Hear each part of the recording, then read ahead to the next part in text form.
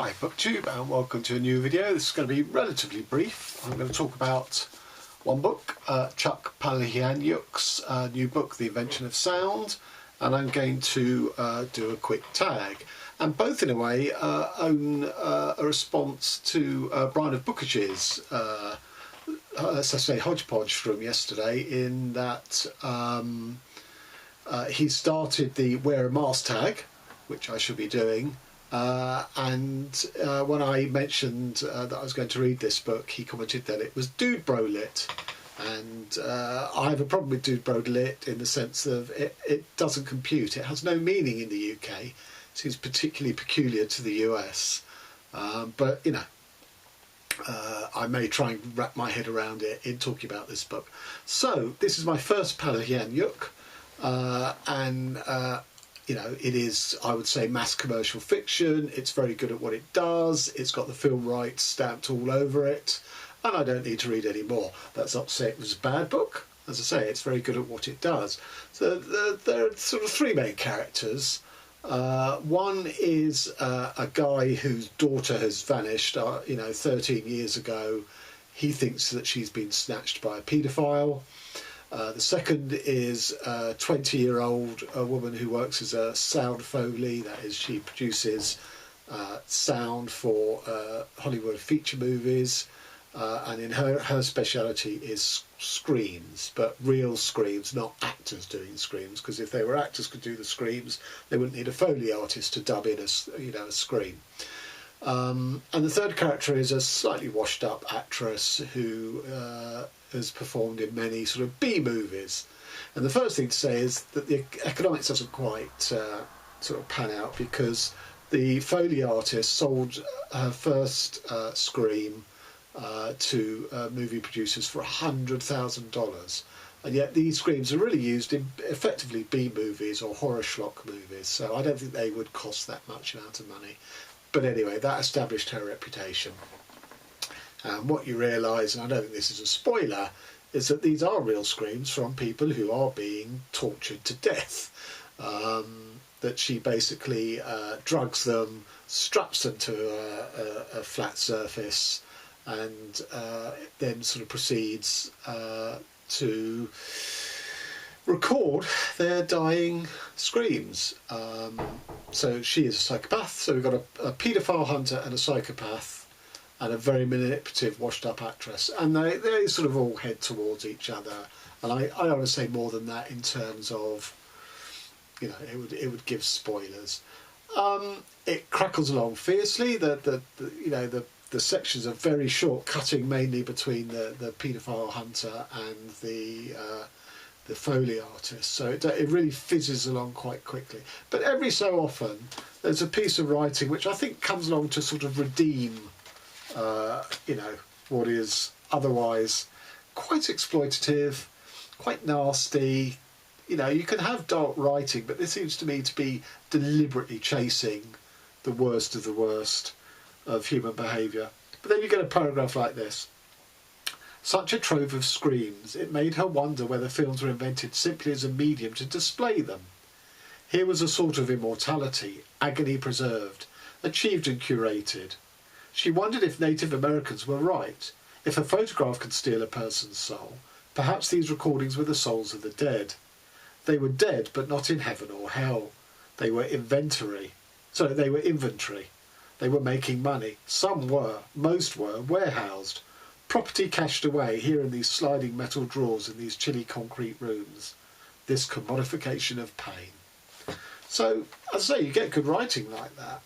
But at the end of the day, you know, it is a bit by the numbers. You know, you've got a guy seriously unhinged by the disappearance of his daughter, and you've got this sort of psychopath. And both are sort of given foundation backstories, as is the actress. And in a way, they don't work. You know, we're dealing with sort of dark psyches here. And Palhaniuk, in trying to sort of justify where they come from, I don't believe it. In a way, it would have been better to sort of kept at the cartoonish level without trying to justify it with these backstories. As the book wears on, it gets increasingly intricate and quite honestly, it's sort of conspiracy theory land, really.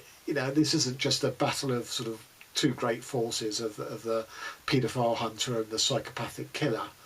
It's much bigger than that, and less credible, quite honestly. I don't think it needed that element to sort of resolve it. And the final thing I want to say about it is this really annoying habit he has of certain characters occasionally throw in a line that sounds like Yoda, as if Yoda is speaking a translated form of Yiddish.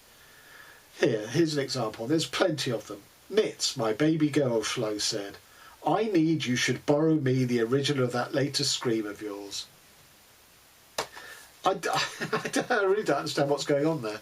So, you know, when this started off, because there was sort of justification, sort of an interesting insight into the quality of sound and everything, I thought, well, this is at the level of 4-star, but the more I read, the sort of worse and worse it got.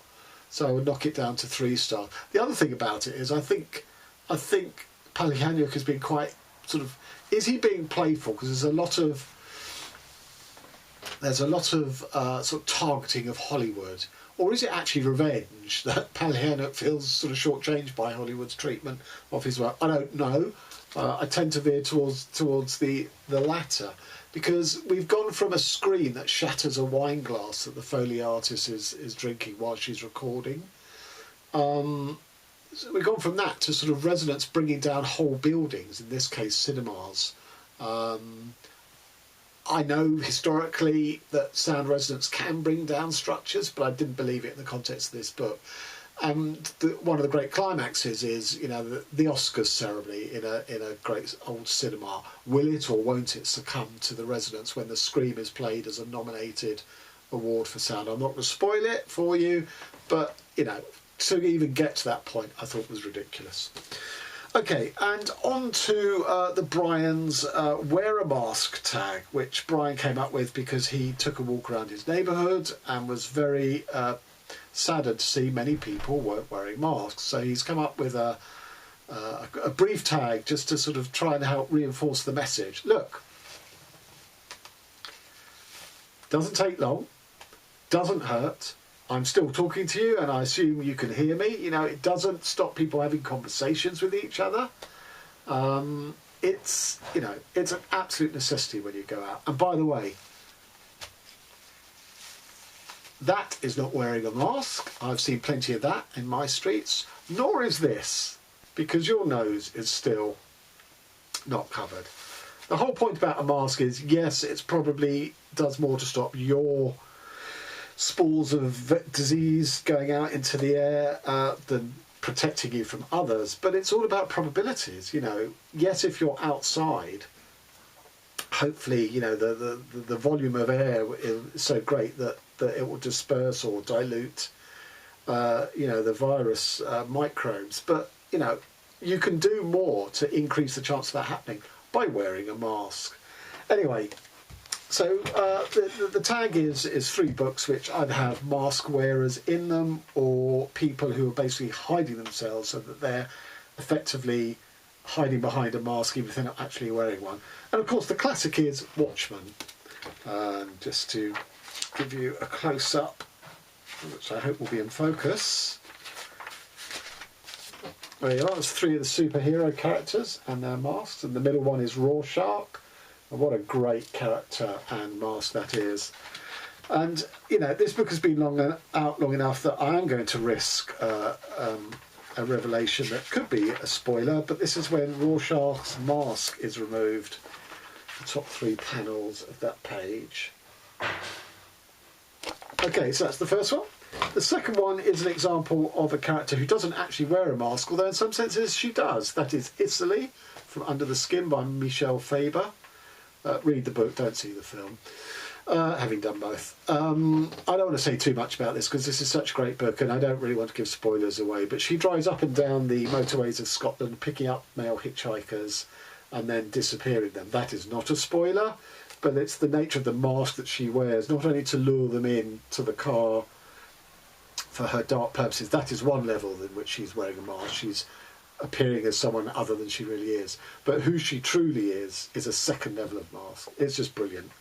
And thirdly, funnily enough, to return to this book, the The Invention of Sound by Chuck Palhaniuk, because there's a scene here in which the paedophile hunter is after getting hold of the actress because she's a link to a scream that he thinks belongs to his daughter, and she's signing autographs and photos at a convention, a sort of, you know, cosplay bonanza convention of sort of B-movie world. So he has to dress up in order to sort of blend in. So he has a whole cosplay outfit made up of different elements that don't match, but he does have a hood. He goes as either I think it's an executioner. So there you have it, 3 books with a mask. Please, please, please, when you go out, wear a fucking mask. Till next time.